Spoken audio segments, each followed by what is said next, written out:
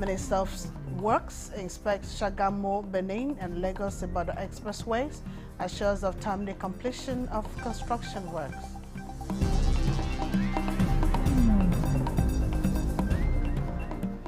Political analysts urge new INEC chairman to enhance electoral transparency. It's relatively reliable, by all measures. You want to look at his character, and how he has conducted himself in the university. He was a member of committees. How did they do that? They were giving assignments, all that. Antecedents. National Productivity Center builds capacity of entrepreneurs in hospitality industry to enhance efficiency and competitiveness.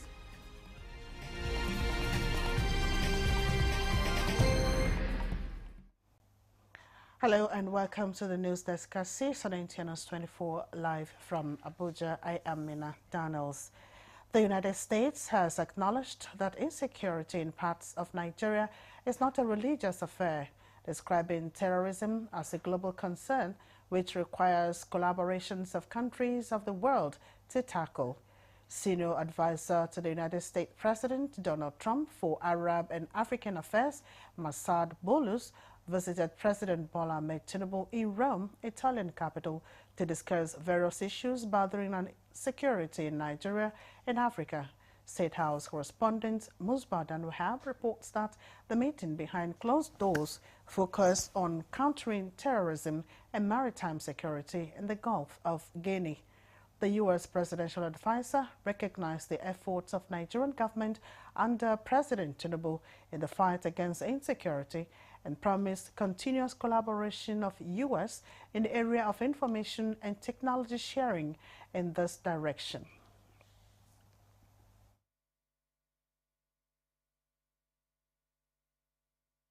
What's happening today in the Sahel region and in the Lake Chad basin is of extreme concern to all of us, not just people in the sub-region, but to the entire world, to Europe and the United States and the entire world. It's a very serious concern, and we're working towards combating it, and we will be cooperating and continue to cooperate towards combating this serious problem in the region. On an allegation of religious persecution in Nigeria by a U.S. lawyer, the envoy stated that the insecurity occasioned by terrorism and banditry goes beyond religious sentiment, but an issue demanding collective effort to end.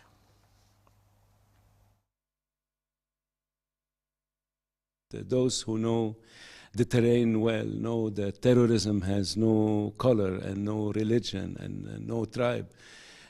People of all religions and all tribes are dying as a result of terrorist acts, but it's very unfortunate. We even know that Boko Haram and ISIS are killing more Muslims than Christians.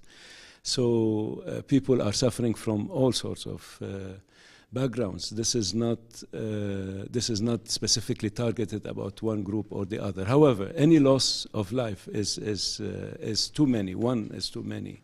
And we should work together in partnership to put an end to this. The federal government is assuring of timely completion of the ongoing reconstruction works on the Shagamu-Ore-Benin Expressway, emphasizing that the roads remain key drivers of economic development. The Minister of Works, David Umahi, stated this while inspecting the ongoing reconstruction work on the roads. Lukman Adefoso's report is here presented. David Umahi, who commenced the road inspection from the Shagamu interchange, expressed satisfaction with the progress of work on the reinforced concrete pavement. The minister announced that the first section of the 24-kilometer stretch from Shagamu interchange to Ikweru Junction is nearing completion, with 8.1 kilometers of one side of the dual carriageway already completed, and urged the contractors to expedite work on the remaining 96 kilometers from Ikweru Junction to Itele axis.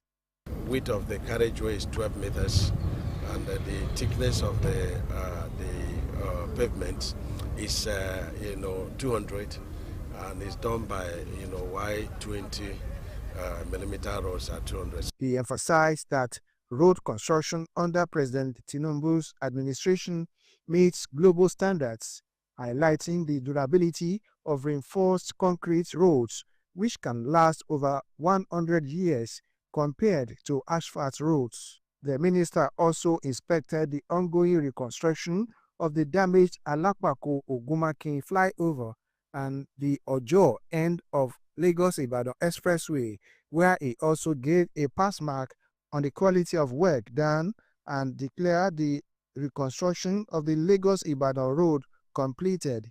Road is the catalyst, and it is the GDP that grows other GDP. So the president is aware of this, and you can see the quality of the road the president is building. And so these are roads that when built will last up to 100 years.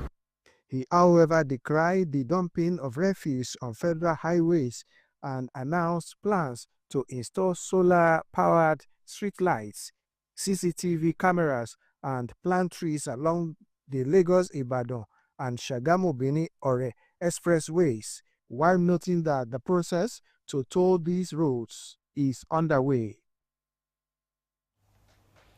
Guests on NTA's flagship program, Good Morning Nigeria, wants the new INEC chairman, Professor Joash Ojo Amupiton, SAN, to enhance electoral transparency, restore public trusts, and strengthen the Commission's independence. The guests urged the INEC chairman to proactively maintain successful improvements by the Commission, as well as ensure timely stakeholders' engagement, efficient election management, and prompt dispute resolution. People the confidence that the person you are bringing on board has some level of integrity, that he can be incorruptible. Yes, no, not incorruptible, because you cannot determine. The only thing you can do is to say that he's relatively, that's why I use that word, is relatively reliable. You know, by all measures, you want to look at his character, his antecedents, how he has conducted himself in the university. He was a member of committees. How did they do that? They were given assignment and all that. Antecedents. We have to demand transparency in this kind of, what did the secret police say about this nominee? Then he comes to the National Council, which is of State. And this National Council of State consists of the people you are talking about, former this, former that, former head of state, former, and they give us unanimous. No. Unanimous. And then we go to the place where the real treadmill of scrutiny should happen. The Senate. The Senate.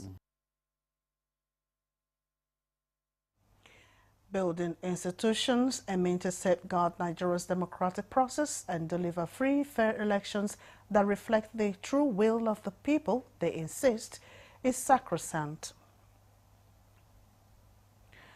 The League of Women Voters of Nigeria is seeking the passage of the proposed Reserved Seats for Women bill currently before the National Assembly to increase women's representation in political leadership. This was at the League's annual general meeting in Abuja with the theme, The Power of Women's Voices and Votes, a Critical Tool for Electoral Victory. Tokwe Alabi reports. Out of Nigeria's estimated 220 million citizens, about 104 are women. INEC statistics in 2023 showed that women accounted for 47.5% of registered voters, making them nearly equal at the ballot. Yet, the story is not the same looking at the number of legislators. Out of 469 seats in the National Assembly, only 21 are occupied by women, as 4 out of 109 senators and 16 out of 360 House of Rep members are women. Worried by the low women representation in national and state assemblies, the League of Women Voters of Nigeria is strategizing with stakeholders to ensure the passage of the bill, seeking reserved seats for women as obtainable in countries like the Philippines, Pakistan, Bangladesh, Argentina, and Nepal. In the Christian way, you say Adam and Eve, they created all the trouble in the world. So why does Adam alone think he can solve it? The special seats bill is critical to 2027. The only joker that will answer the puzzle of 2027 is the special seats bill. Representatives of the Minister of Women Affairs, Chairperson of the Nigeria Governors Spouses Forum, Director General, Nigeria in Diaspora Commission, among others, noted the reserved seats will facilitate more of female leadership that mentorship and civil society can sustain. That inclusive governance and gender equality are not optional aspirations, but necessary conditions for peace, prosperity, and sustainable development. We need to do better, and we're encouraging our governors to do better in terms of bringing more women in cabinet positions. The Etinupe, as a traditional title, the traditional ruler, is aware of the significance, the critical role, and the importance of women. For the conversation, nurturing the reserved seats bill into law will deepen reforms and turn women's voting power into better outcomes for all Nigerians. In Abuja, Tope Alabi, NTA News. The federal government is stepping up efforts to boost Nigeria's economy through the small and medium-scale enterprises and the informal sector. As part of this drive, the National Productivity Center is empowering entrepreneurs with modern tools and techniques to enhance efficiency and competitiveness. Joseph Otsen reports that members of the Hotel Owners Association are the latest to benefit from this special productivity training. Globally, the hospitality industry is contributing about 10.4% to the world's GDP and accounts for nearly 10% of all jobs. In Nigeria's ongoing drive to diversify its economy, the federal government is turning attention to this vibrant sector, with the hotel business identified as a major growth area. In the second quarter of 2025, small and medium-sized enterprises contributed approximately 46.32 to 49.78%, of which hoteliers, service industry and entertainment contributed 23% of this. So you see that they are a very important sector. In here, the National Productivity Center is holding a special productivity training on basic improvement tools and techniques for members of the Hotel Owners Association in Buhari, Abuja. Through the course, they have been equipped with practical skills in good housekeeping, maximizing profit, staff motivation, quality service delivery, and effective communication skills. Because when you render quality services to your customers at a reduced cost of production, your productivity is very, very high. And when your productivity is high, which means you are competitive. And when you are competitive, your business will grow. So far in the training we have taken, I have been able to identify the 5 S where it will be applicable in the areas of convenience, in the areas of kitchen, reception, the front desk, and all of that. With growth and competitiveness, the government sees another stream for wealth and job creation. In Abuja, Joseph Otsen, NTA News. This is the News Desk at 6 on NTA 24. We will pass for a break here. More reports when we return. The Order of Merit Award goes to Tomato Paste. The only tomato paste manufacturer to win the National Productivity Order of Merit Award by the Federal Government of Nigeria, endorsed by the Association of Private Medical Practitioners of Nigeria. This is an evidence of 100% natural goodness. Eat healthy to live longer. Buy now and enjoy up to 20% discount. Tomato Paste, the taste of Nigeria. Feel the power of precision, engineered to perfection. Every component is crafted with care, and each design is meticulously tested. From concept to creation, our engineers push the boundaries of technology, seamlessly blending performance and sustainability with a deep commitment to African ingenuity. Introducing the CNG Boss, a remarkable achievement in engineering designed to operate on compressed natural gas, a cleaner and more sustainable fuel alternative. At Innocent Vehicles, we proudly lead the way in creating greener mobility across Africa. And it doesn't stop there. From SUVs to sedans, spacious buses to electric cars, Innocent offers a wide range of models designed to meet every need. Innocent Vehicle, the pride of African Road.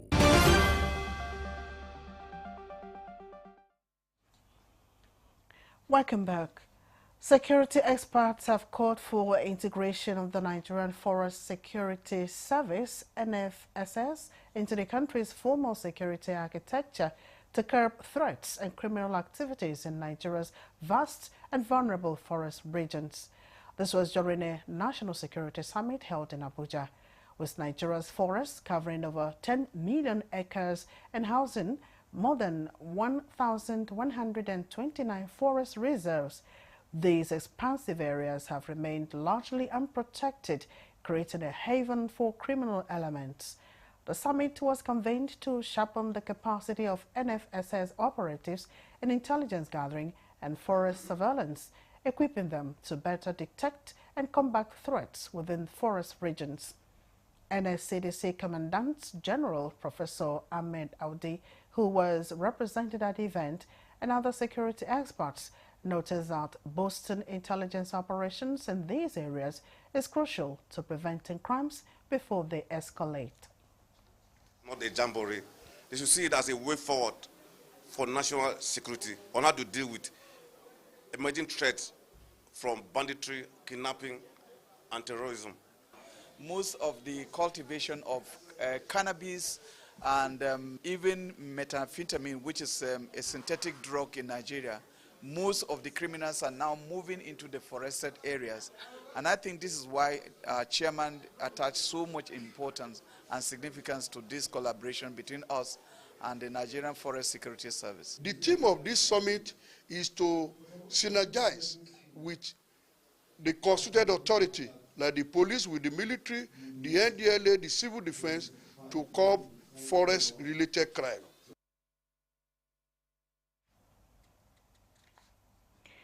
The education sector, under the leadership of President Bola Tinubu, has continued to receive a boost in recent times following deliberate policies and interventions from government. One of such is the inauguration of academic activities at the Federal College of Education, IDIDEP, in Akwa Ibom State, with a maiden matriculation of 583 pioneer students. Umo Basi Ede has the report. The event, held on the grounds of the Federal College of Education IDIDEP, marks the birth of a new citadel of learning in Akwa Ibom State. Established by the federal government in May 2023, its academic structure comprises 6 schools and 20 departments, offering the National Certificate in Education, NCE. Senator Itainang, recognized as the vision bearer for the college, lauded the role played by President Bola Ahmed Tinubu and former President Muhammadu Buhari in bringing the project to fruition. This institution is a testament to the federal government's deep desire to improve the standard and quality of education in Nigeria. President Bola Ahmed Tinubu and the APC-led federal and state governments wants the greatest for the children of Nigeria. Various stakeholders, including the host community, pledged support to the success of the institution. Teachers have to run upon what we call collaboration with other stakeholders in the education sector to be able to extend the frontiers of professionalism and academic excellence globally. It's beyond physical development, but these are things that we can use and give a good record and account of a good president. High point of the ceremony was the administration of the oath by the college registrar, Mr. Nsemeke Udokban, to 583 matriculating students.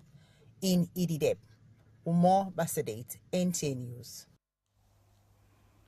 As journalists in Plateau State celebrate 2025 World Press Week, Governor Mufwang is assuring NUJ of his readiness to promote media development and freedom of the press.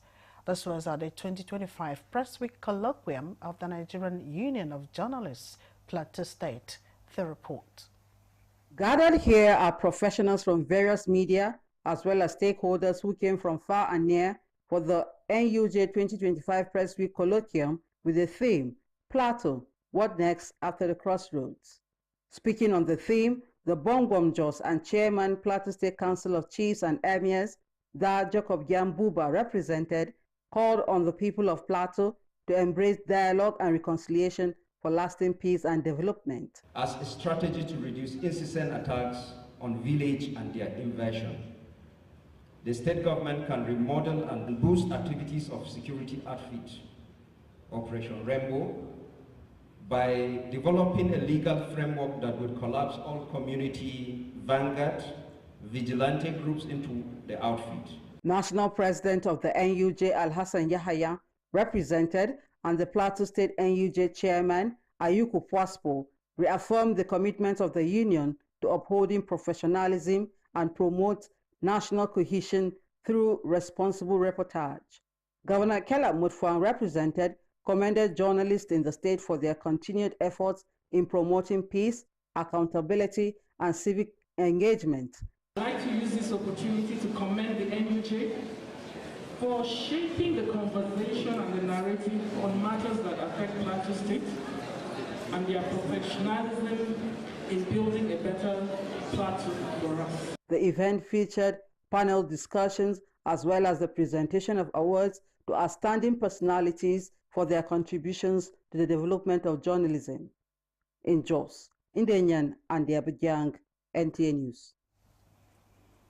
This is the News Desk at 6 on NTN's 24. Here is a recap of our top stories. Minister of Works expects Shagamu, Benin and Lagos Ibadan expressways assures of timely completion of construction works.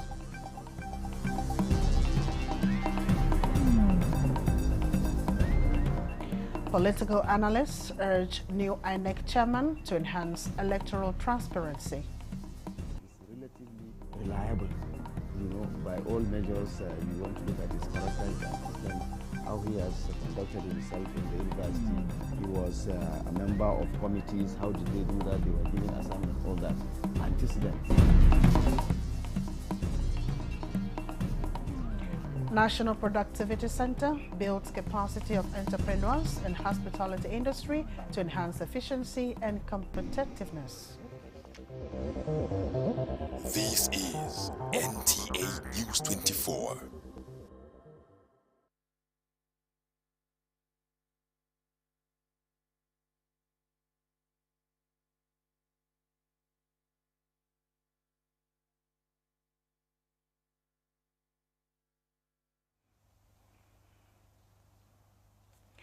The federal government has officially launched the 2024 Nigeria Demographic and Health Survey with the Minister of State for Health and Social Welfare, Dr. Isiaq Adekule Salako, alongside population experts, affirming the credibility of its findings. The NDHS is a comprehensive national data report that provides critical insights into Nigeria's health and demographic landscapes. According to the 2024 survey, Nigeria has recorded a significant reduction in the under-5 mortality rate, now at 110 deaths per 1,000 live births, compared to 132 per 1,000 in 2018.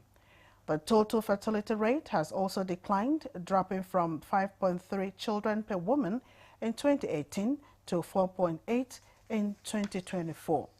Speaking at the NDHS presentation, the Minister of State for Health, officials from the National Population Commission and other implementing partners urged state governments to prioritize the development of a modern 21st century health system that delivers quality care and saves lives.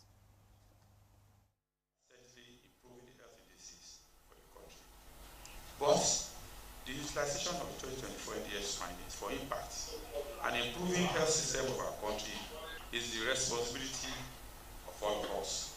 And I urge all of us to play our part. The report provides a guide for policy direction, policy intervention, and for programming and project implementation for both government, policy makers, development partners, government at the state and local government levels. Dr. Pavel Urso has been appointed as the new World Health Organization's representative for Nigeria. This follows the formal presentation of his credentials to the Ministry of Foreign Affairs in Abuja. Receiving the WHO delegation, Minister of Foreign Affairs, Yusuf Tuga, says Nigeria welcomes Dr. Urso and looks forward to deepening collaboration with the global health body. Tuga further stressed that COVID-19 pandemic served as a wake-up call for Nigeria and that the country is determined not to relieve the vulnerabilities.